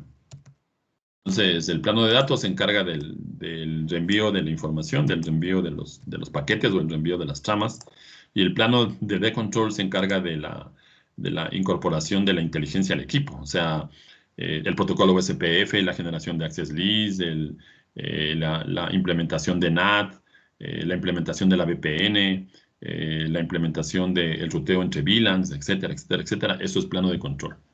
Aquí en el switch, el protocolo Spanning Tree, la agregación de enlaces, la redundancia de gateway que vimos el otro día con el protocolo HCRP, la generación de VLANs, las VLANs privadas, los access lists a nivel del dispositivo, todo eso es plano de control, ¿ya? Entonces, la tendencia, bueno, que tampoco es nueva porque ya lleva algún tiempo en el mercado SDN, significa que yo lo que voy a tener ahora, y de hecho es así como funciona, es bastante interesante, voy a tener un servidor común y corriente. Y los equipos ahora van a tener solamente plano de datos, ya no van a tener plano de control. Entonces la pregunta es, ¿cómo le configuramos? O cómo le decimos que configure OSPF, cree una VLAN, levante una VPN, si aquí ya no está el plano de control. Ya es solamente una caja, y de hecho, ya es solamente una caja. ¿Cómo funcione? Ya depende de cómo le programemos. El plano de control está separado. Esa es la idea fundamental de SDN. Separar el plano de control. Le sacamos el plano de control de los equipos y lo ponemos en un servidor principal. Y este servidor principal es el que se encarga de decirle a este equipo trabaja como router, y a este equipo trabaja como switch, y a otro equipo monitorea el tráfico, y a otro equipo crea reglas de firewall, etcétera, etcétera, etcétera. Entonces, esto es un paradigma que se está implementando mucho. Entonces, les comentaba esto porque en la versión 8 del Packet Tracer ya se pueden hacer ciertas cosas de SDN. Entonces, todavía no he jugado con esa partecita, pero de lo que revisé, prácticamente esa es la nueva incorporación que se le dio a esta herramienta de redes, ¿no? Que también es bastante interesante y bastante buena. De hecho, todos los protocolos, prácticamente todos los protocolos que hemos visto son soportados aquí en la plataforma. Vuelvo y repito, solamente con equipamiento Cisco, pero a la final ya sabemos que lo importante es el concepto, entender cómo funciona una VLAN, cómo funciona el servicio de HTTP, cómo funciona el protocolo de enrutamiento. Lo único que aquí no se puede hacer en el tema de BGP, porque bueno, claro, obviamente esta herramienta está desarrollada para los primeros niveles de la gente que toma las certificaciones de Cisco. Entonces, en BGP lo que no se puede hacer aquí es configurar sesiones IBGP. O sea, solamente se lo hace con sesiones eBGP. Entonces, yo no puedo configurar así como lo hacíamos en el GNS3, sesiones IBGP. Entonces, ese tipo de cosas no se pueden hacer. Pero el resto, OSPF, IGRP, VLANs, agregación de enlaces, HCRP, se lo puede hacer sin ningún problema. Otra limitación bueno, que realmente probando descubrí, porque que la verdad que no me había dado cuenta de eso, es que yo utilizo Packet Tracer con los muchachos de la escuela de automatización. Entonces, cuando vimos el protocolo HCRP, la parte básica, ¿sí? No al nivel que ustedes lo ven, ¿no? Pero obviamente la parte básica, porque sí es importante que se conozca. Cuando hacíamos el tracking de las interfaces, acuérdense que en el GNS3, el tracking de las interfaces permitía poner un nivel de decremento, ¿se acuerdan? Yo podía poner un decremento para que luego la prioridad que se configuraba, obviamente, se disminuya en un valor X. Aquí en el Packet Tracer, si es que quiere implementar HCRP, el decremento no se puede cambiar. O sea que solamente funciona con el decremento por defecto, que si se recuerdan era 10. Nada más, o sea que ese valor no puedo cambiar. Pero bueno, ya, entonces, aquí tengo yo los objetos dentro de los ND bytes. Ahí están nuestros objetos que pueden ser utilizados. Estos son nuestros objetos inteligentes. Ya, ahí vamos a poner ahí. Estos son nuestros objetos inteligentes. Vean, aquí tengo una puerta. Por acá tengo una puerta de un garage. Una lámpara que simularía ser un sistema de iluminación. Por acá tengo una ventana. ¿Qué más hay por aquí? Medio interesante. Por acá está una cafetera. Y aquí hay unos otros objetos, ¿no? Hay un ventilador. eh, Hay un termostato, etcétera, etcétera, ¿no? Ahí están algunos objetos que podrían ser utilizados para algunas. Hay un anemómetro, ¿cómo se llama esto, no? Es un mecanismo o un dispositivo que determina la velocidad de aire, etcétera, etcétera. En lo que tiene que ver con el tema de Smart Home, ¿no? En el tema de las ciudades inteligentes hay otros objetos, vean, inclusive aquí hay un lector o más bien un dispositivo Bluetooth, hay unas etiquetas RFID que también podrían ser utilizadas. Por ejemplo, RFID se utiliza para el control de acceso control de acceso. O sea, yo podría configurar de tal forma que esta puerta se abra utilizando una etiqueta RFID. ¿Sí? Entonces, se lo puede hacer. Ese tipo de cosas se lo pueden hacer aquí. Ya, ¿qué más hay por aquí? El tema de IoT industrial. Ahí están con algunos objetos que pueden ser utilizados para el tema de IoT industrial. Y el tema de Smart Grids, ¿no? Que bueno, en este caso está bastante limitado. eh, y esperamos que en las próximas versiones se puedan seguir incorporando más objetos para poder manipularlo. También algo interesante es que aquí se pueden simular las tarjetas de desarrollo basadas en microcontrolador, o sea, los Arduinos. Ahí está una tarjeta Arduino. Lo voy a hacer un poquito más para que se note. Ahí está mi tarjeta Arduino. Y esta SBC es la Raspberry. ¿Ya? Y como les decía, esta tarjeta puede ser programada. Sí, ahí está, vean, se puede programar. Y de hecho, se puede programar utilizando JavaScript, utilizando Python o utilizando un lenguaje visual. Este lenguaje visual es bastante interesante. Y hay unos scripts que ya están desarrollados como ejemplos. Vean, para implementar sockets UDP, TCP, para implementar un servicio de correo electrónico, de tal forma que, por ejemplo, se me ocurre que yo quiero controlar el acceso a la casa. Entonces, cuando la puerta se abre, automáticamente, como lo voy a controlar a través de esta tarjeta Arduino, entre comillas, o la simulación de lo que es el Arduino o una tarjeta MCU, yo le mando un correo electrónico, ¿sí?, a la cuenta de la persona que vive en la casa para indicar que la puerta se abrió a tal hora y que el usuario identificado con el valor RFID tanto es el que abrió la puerta, por ejemplo. ¿Ya? Entonces, igual esto es la especificación de nuestra Raspberry simulada. Igual aquí se puede hacer programación, ¿no? Igualito, la misma programación. Python, se puede utilizar Python, se puede utilizar JavaScript, se puede utilizar el entorno virtual. Entonces, y aquí están los sensores, ahí están una gama de sensores que pueden ser utilizados. De hecho, vean, ahí está un potenciómetro, por acá hay un sensor de presencia de metales, un sensor de movimiento, ya, un fotosensor, y así hay unos, bueno, algunos sensores, sensor de humo, ya, el sensor de sonido, un sensor de temperatura, un sensor de presencia de agua, ¿no? Ya, y así, un sensor de viento, de flujo de aire. Y aquí hay un sinnúmero de dispositivos que pueden ser utilizados. Y aquí están los actuadores. Ahí están algunos actuadores que se pueden utilizar. De hecho, años atrás, hace unos 3 años atrás debe ser, Cisco lanzó un concurso de, de sistemas de Internet, de las cosas que podían ser simuladas con el Packet Tracer. Y de hecho ganó un ecuatoriano ese concurso, un estudiante de Quito. Desarrolló en la plataforma Packet Tracer, desarrolló un sistema de control de luces del alumbrado público de una ciudad. Simuló el mapa de la ciudad con los postes de energía eléctrica y todo fue controlado a través de un sistema de Internet de las cosas. ¿Ya? Entonces, ¿qué se puede hacer? Se lo puede hacer de esa manera, ¿no? Listo. Vamos trabajando en esta partita media ya. Lo primero que necesitamos es obviamente tener un equipo de conectividad. Vamos a ponerle un switch. Este switch que es nuestro switch que nosotros manejamos, el multilayer que nosotros manejamos en la plataforma GNS3. Aquí claramente tenemos las dos opciones. Este equipo 2960 es un equipo de capa 2 y estos equipos del 3560 y el 3650 son equipos multilayer. ¿Ya? Yo utilizo el 3650 porque es el último del modelo de Cisco que fue lanzado al mercado. Los puertos del 3560 son puertos a 100 megabits. Los puertos del 3650 son puertos a 1 gigabit. Entonces, y de hecho, si es que recordamos, la imagen de nuestro equipo que utilizamos en GNS3 es una imagen de puertos que me permite ya 1 gigabit. O sea, que estaríamos hablando prácticamente de ese equipo. Ya, entonces, necesitamos un servidor.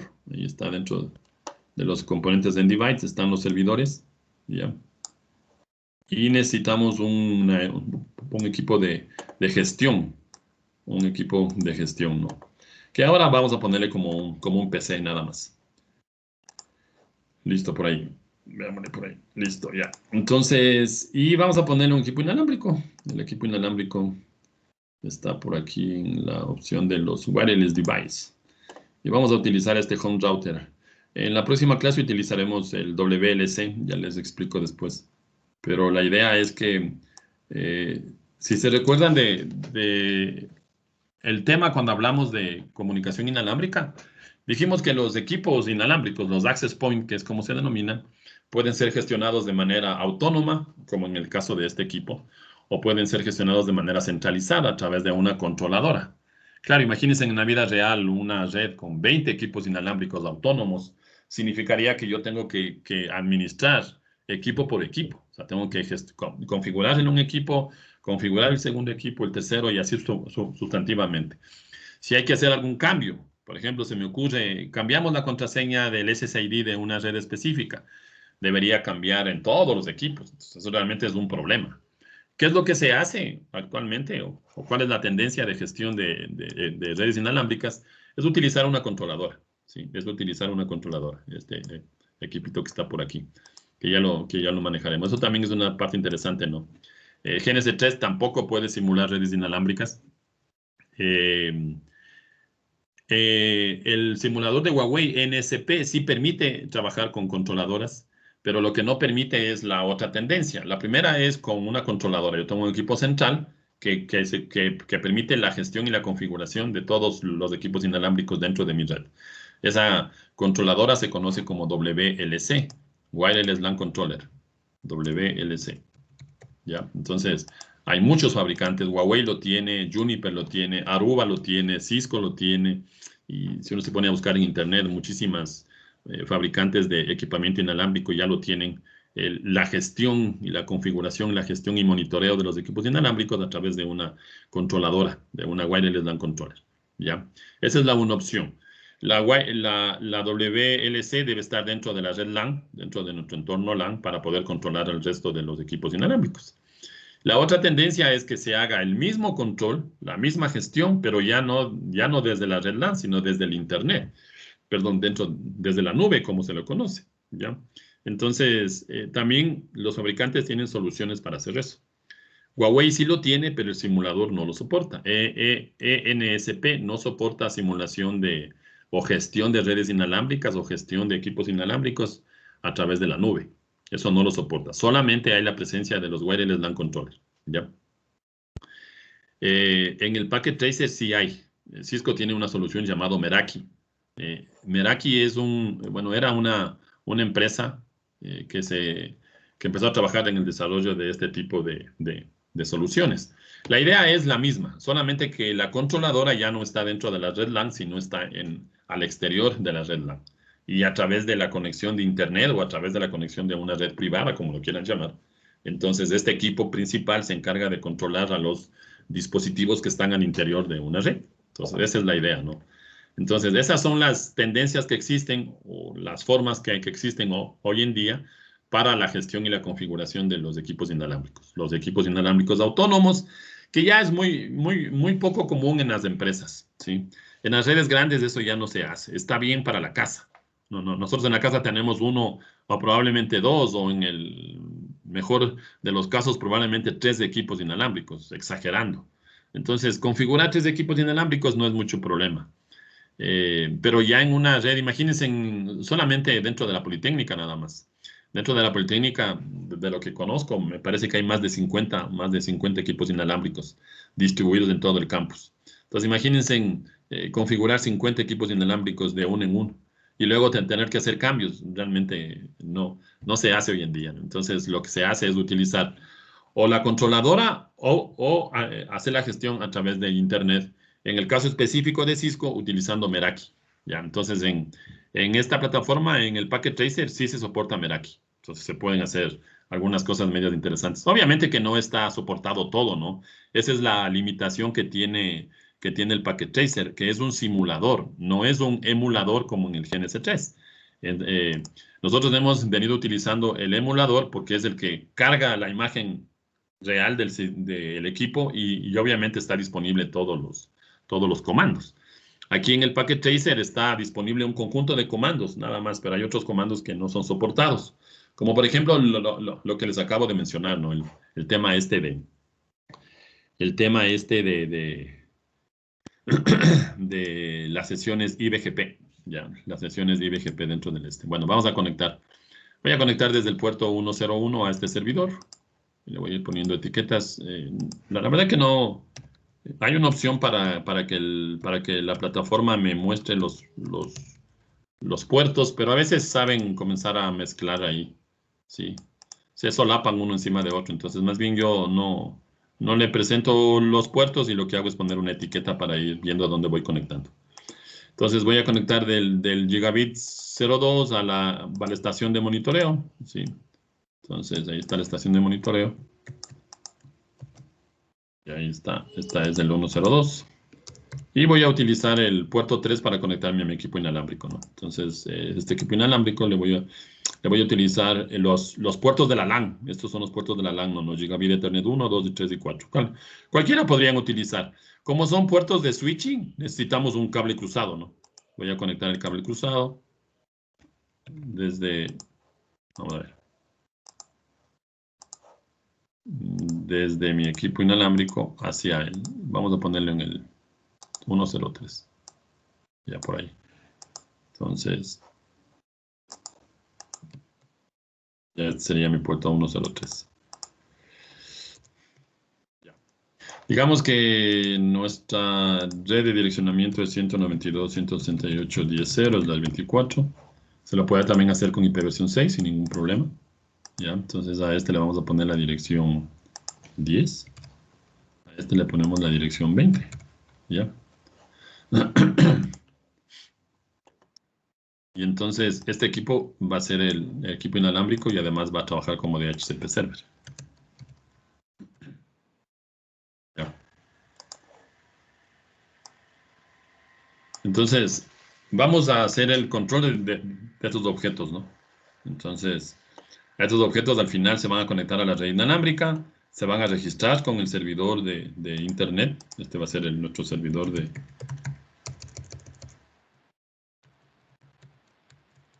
ya, el servidor de IoT. Así es como en la vida real funciona. Hay un servidor de registro donde los objetos, valga la redundancia, se registran para su control. Y hay una estación de monitoreo. Entonces, lo que hacemos aquí es solamente configurar la dirección IP, ¿no?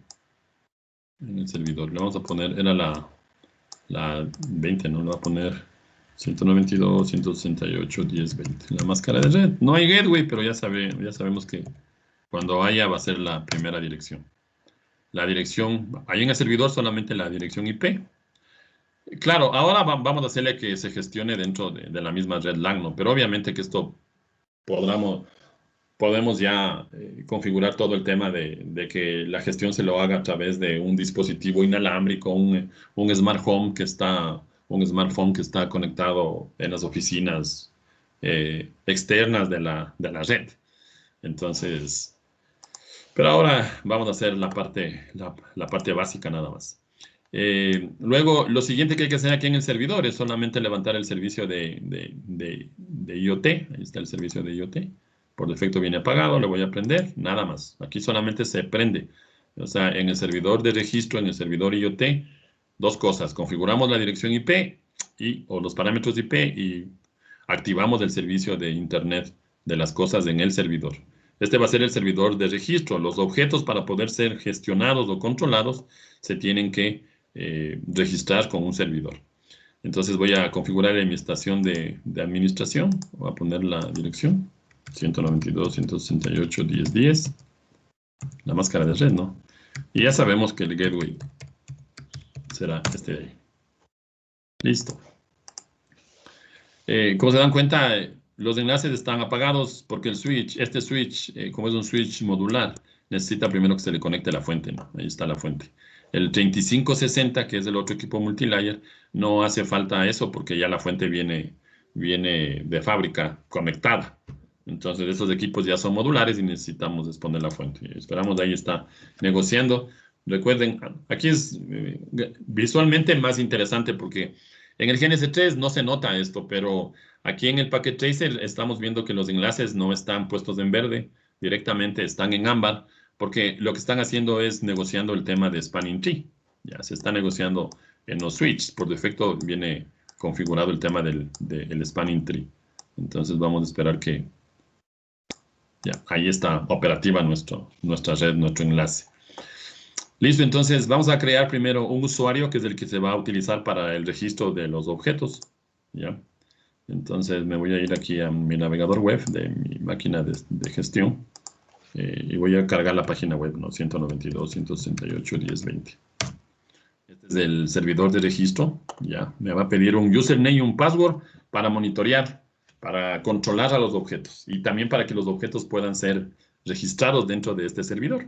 Entonces, lo primero que voy a hacer es crearme una cuenta, ¿no? Una cuenta. De hecho, ahora ya vean el término que el simulador pone, ya no le pone IoT, sino le pone IoE. Hasta la versión anterior lo ponía como IoT. Ya, entonces vamos a crear una cuenta. Se puede crear una cuenta a la que ustedes quieran. Yo le voy a crear admin, en minúsculas, admin. Y la clave va a ser Spoch 2021. Ya, esa va a ser la clave que yo le pongo a mi usuario. Spoch, todo en minúscula, 2021. Listo. Creo mi cuenta y ahí está, ¿no? Aquí vamos a empezar a ver los objetos que se empiecen a registrar. Ya, entonces ahora no hay ningún objeto porque todavía no se han registrado. Lo voy a hacer un logout ahora. Y de hecho ahí yo puedo, ya luego vamos a ver ahí, ¿no? Luego puedo generar algunas condiciones de programación de los objetos. Ya. Listo. Lo siguiente es configurar mi servidor, mi equipo inalámbrico. Entonces, ya saben, esto ya lo habíamos hecho en creo que la primera práctica. Como necesito que los objetos se identifiquen con una dirección IP, entonces tengo que activar el servicio de DHCP, ¿no? Entonces voy a cambiar esto, le voy a poner a este equipo la dirección 10.10, vamos a ponerle, ya. La 10.10, no, aunque no podría ser la 10.10 porque ya le pusimos acá, ¿no? Está la 10 y la 20. Si le vamos a poner la 10.50, si no vamos a tener conflicto. La 10.50 a este equipo. Y le vamos a habilitar el DHCP de la misma red, obviamente, ¿no? Y le vamos a decir que pase 50 direcciones, que es más que suficiente. Ahí está el rango de direcciones que se van a pasar. Veamos, vamos aquí a grabar los cambios del equipo inalámbrico. Ya, entonces se va a pasar desde la 100 hasta la 149. La dirección IP, la dirección que me interesa, ¿no? Sí. Listo. Y luego vamos a levantar el tema de wireless, ¿no? La parte básica. Entonces, los objetos en la simulación solamente está disponible 2.4. Entonces, voy a desactivar las otras dos frecuencias que sí se pueden manejar aquí en los equipos, la opción de 5 GHz, y le voy a activar el 2.4. Le voy a poner un nombre para la red, le voy a poner, no sé, control casa, vamos a poner. Así no. O todo en minúsculas para no tener problemas. Listo. Entonces, así se va a llamar nuestro SSID para los objetos que se van a conectar a la misma. Control casa. Ya. Y le voy a poner una contraseña. ¿Ya? Y aquí estaban las opciones que soporta este equipo, ¿no? Cuando hagamos radius, vamos a utilizar el WPA2 empresarial. Vean.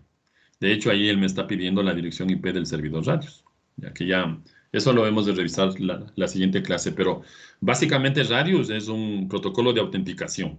La diferencia entre el WPA2 empresarial y el WPA2 personal es que en el personal yo creo una sola contraseña y la contraseña está dentro del equipo, ¿sí? O sea, si alguien logra ingresar a la configuración del equipo, ya sabe la contraseña de conexión, en este caso de los objetos que estamos intentando gestionar, ¿ya?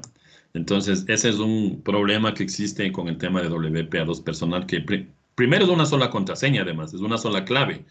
Todos los objetos de la casa que estoy queriendo controlar se van a conectar a la red inalámbrica con la misma clave, ¿sí? Y si tengo por ahí un smartphone o una tablet o una laptop, la misma contraseña se va a utilizar para la conexión.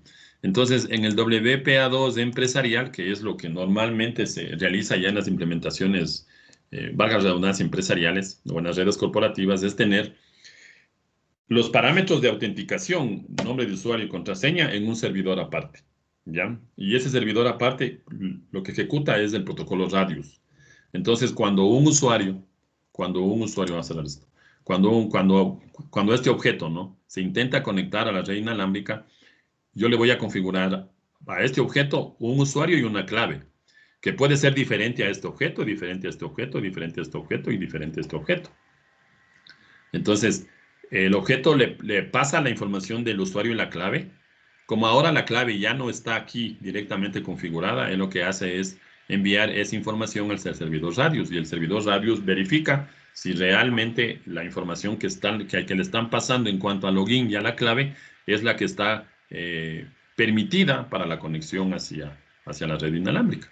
Entonces, eso es un mecanismo de seguridad que se añaden dentro de las redes corporativas, ya, bastante interesante. Listo, regresemos a esta partecita, veamos si hizo algún cambio. No se cambió nada realmente. No cambiamos nada, está habilitado el servicio de DHCP, en el wireless está creado mi SSID y aquí lo que voy a hacer es generar una clave WPA personal. Le voy a poner casa 2021 ya, digamos que eso es la clave. Casa 2021. Grabo los cambios aquí y listo. Mi equipo inalámbrico está listo para recibir peticiones de conexión de los objetos. Ahora, estos objetos, aquí en la plataforma de simulación, estos objetos vienen con un puerto Ethernet. Ahí está, ven, un puerto Fast Ethernet. O sea que la idea sería conectar con un cable hacia el switch o conectar con un cable hasta este equipo. Bueno, hasta este equipo no se podría porque solamente tiene 3 puertos. Significaría que puedo conectar solamente 3 objetos, nada más.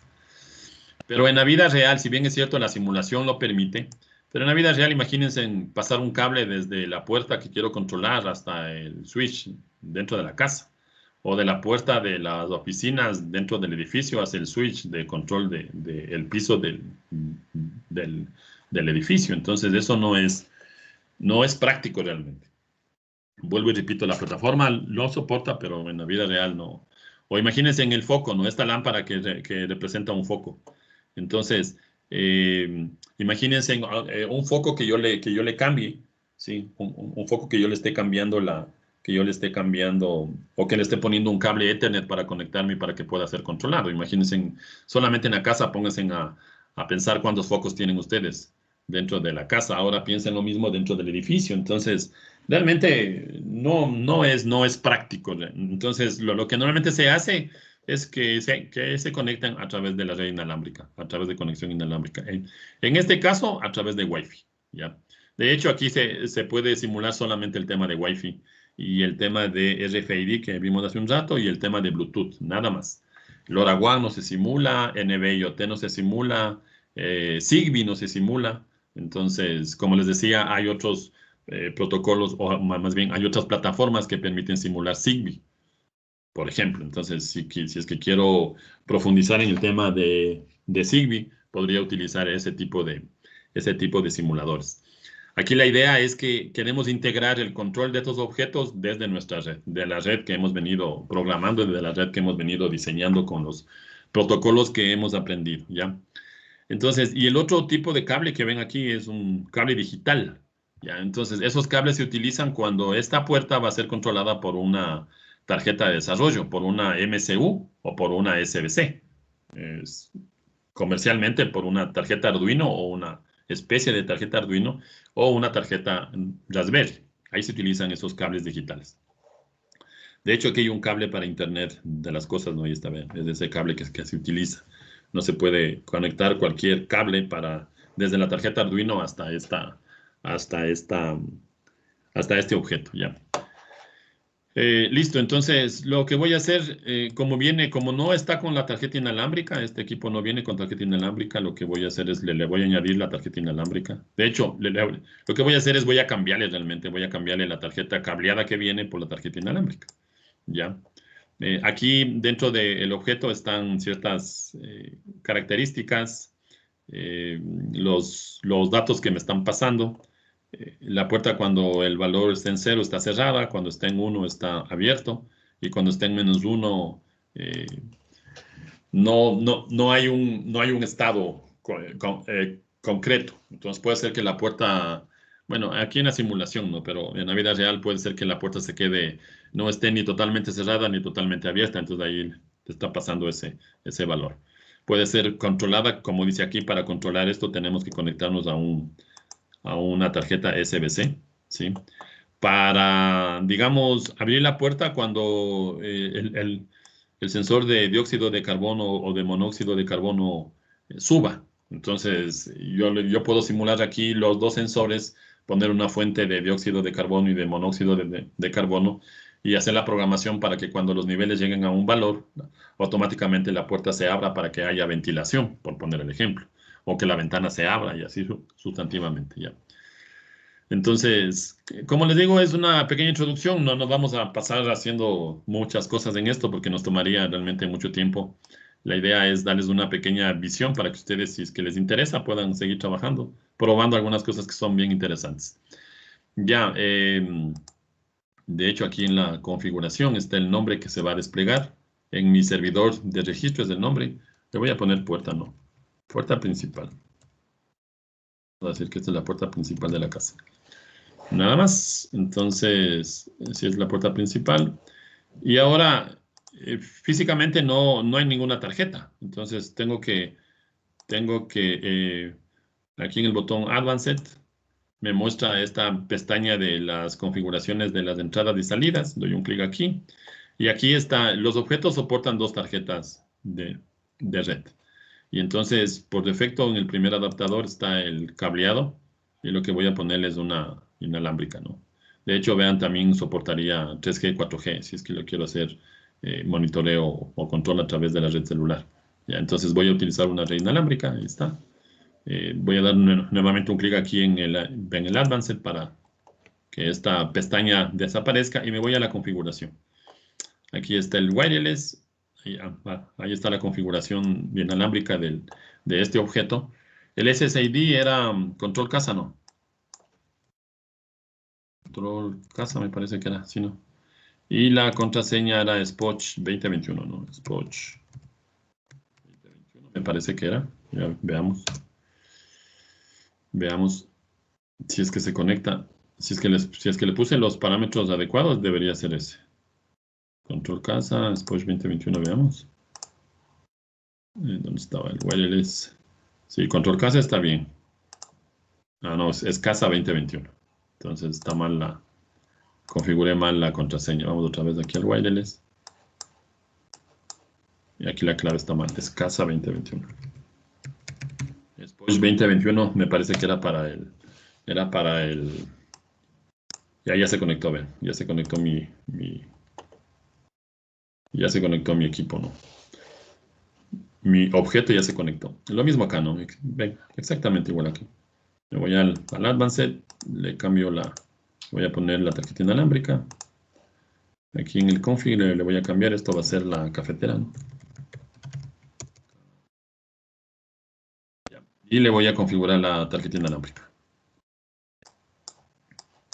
El SSID es control casa y la contraseña era casa 2021.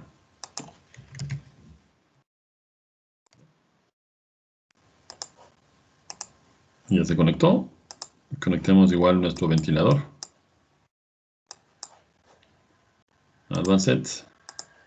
Le cambiamos aquí a inalámbrico y nos vamos a la configuración. Esto va a ser el ventilador. Vamos a poner el ventilador y la comunicación inalámbrica, el SSID, control casa y la contraseña casa 2021. Configurémosle la lámpara, la inalámbrica, config, esto es lámpara.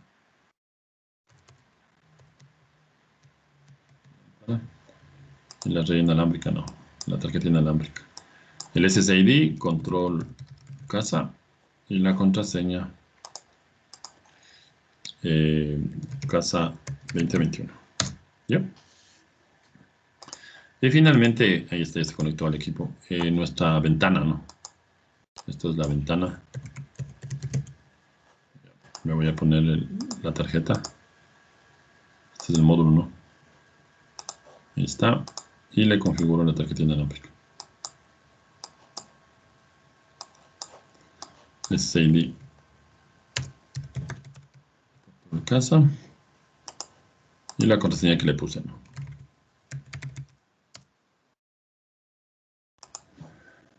Y ahí está, listo. Veamos, se supone que a este objeto le pasó la dirección, ahí está, ven, ya le pasó la 192.168.10.100, porque ya le pasó el servidor de HCP, ¿no? El 10.101, el 10.102, ya, el 10.103, ahí está, ¿sí? Y el 10.104. De hecho, se puede pasar, como se dan cuenta, una dirección IPv6. En este caso no es importante. Está usando como gateway a mi servidor de DHCP. Ya. Entonces, ya están conectados los objetos. Ahora registrémosles para que se puedan, para que puedan ser controlados. Solamente para mostrarles aquí. Voy a conectarme a mi servidor de registro 192.168.20, no 10.20 era, no. El usuario era admin y aquí sí era Spoch 2021. Sí, ahí está. Todavía no hay ningún dispositivo. Le voy a minimizar esto y voy a registrar este objeto. El registro se lo hace aquí desde la configuración. Ahí está. IoT Server. El Home Gateway es un dispositivo que está aquí, un router que está aquí. ¿Ya? Pero normalmente se utiliza un servidor remoto. Ponemos la dirección de mi servidor remoto, la dirección o el nombre si es que estuviera levantando un servicio de DNS. 192.168.10.20 es mi servidor, ¿no? El username que habíamos creado, que era admin, y la contraseña, que en este caso es de Spoch 2021. Y le conectamos. Veamos, ya, en este momento, cuando aparece este botón refresh, significa que el objeto ya se registró con el servidor. O sea que dentro de mi estación de trabajo ya estoy viendo, ahí están, vean la puerta. Y ya puedo bloquear la puerta y desbloquear la puerta. No se puede abrir. El control no me permite abrir. Para probar yo la apertura de puertas, lo que utilizo es la tecla Alt y con el botón del mouse doy un clic y la puerta se abrió. Cierro y la puerta se abrió. Pero lo que sí puedo hacer es bloquear el control de la puerta para que no se abra para que no se abra, ¿no? Cerré la ventana. 192.168.10.20. Acuérdense que esto era admin. Y la contraseña que pusimos de Spoch 2021. Ya, y ahora le voy a bloquear. Ahora está bloqueado, ¿no? Como está bloqueado, si ven la parte de la cerradura se puso en rojo, ahora cuando presione Alt y dé un clic, ya simplemente la puerta no se abre. ¿Ya? Para que se pueda volver a abrir, yo debería desde mi control desbloquear las puertas. Ahí está desbloqueado y ahora sí ya está. Si ven ahí, la cerradura se puso en verde, se abre y se cierra con el Alt, el clic. ¿Ya? Lo mismo voy a hacer para la ventana, ¿no? Para los demás objetos exactamente lo mismo. Exactamente lo mismo. Aquí me voy acá al servidor remoto de IoT. 192.168.10.20. 10.20. Esto es admin. Y esto es Spoch 2021. Conectar. Ya se puso en refresh. Entonces, a la ventana sí le puedo abrir desde sí, ahí está, vean. De hecho, le voy a bloquear la puerta. Ahí está bloqueada.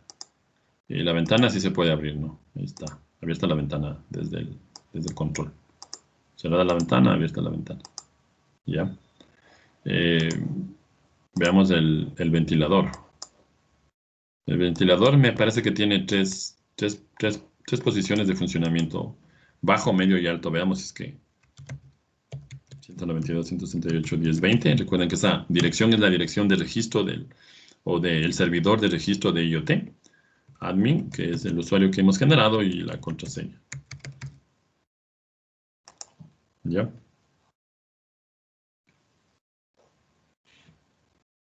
Ya está en refresh.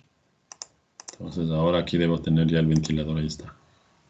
El ventilador, sí, ahí está. Apagado, en bajo, apareció esa imagen, y en alto no. Ahí está. Yo le quiero apagar, ahí está apagado, controlado desde aquí. Y me parece que también la lámpara también tenía 3 niveles de control. 192, 168, 10, 20. Admin. Y Spoch 2021.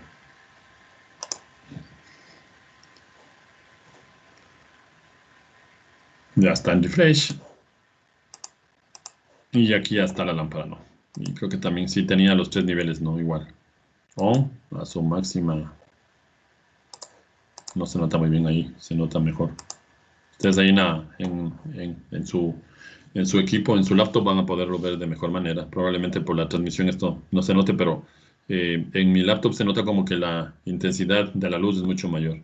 En DIM es una luz tenue, ¿no? Y apagado, off, ahí está apagado. ¿Ya? Entonces, estos son objetos que se pueden controlar directamente desde la red. Ya, entonces, como les decía, puedo incorporar sensores para, si es que detecta presencia,